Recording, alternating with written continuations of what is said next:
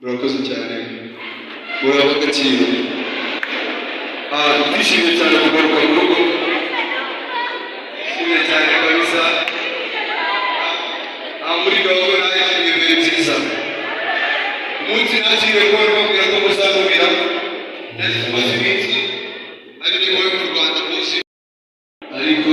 barimo gukurikira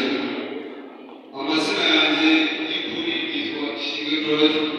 ariyo arigiyemo mwita Ishimwe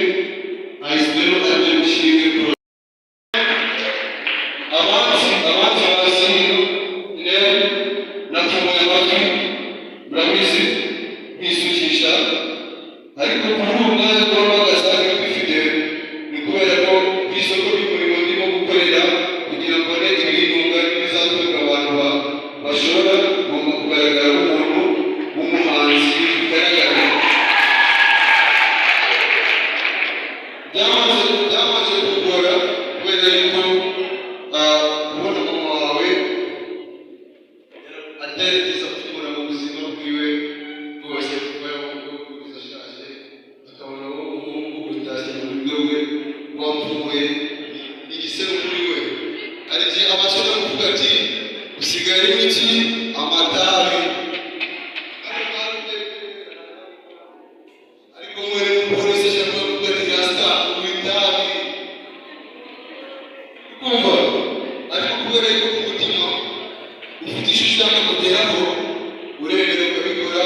icyo bashaka kubera yuko wowe n'umutima wawe niwo wose ushaka kugeraho Imana ikoze kugira ngo ariyo ikoze kubimbe kugira baganirize nibe kuko bitinze cyane ko kweresha n'asaba ibintu byasa mu buryo buri professional mwana pastor kubaganiriza gutya mu rubyiruko mfite imyaka myinshi mu by'ukuri navutse muri bibiri mfite imyaka ingahe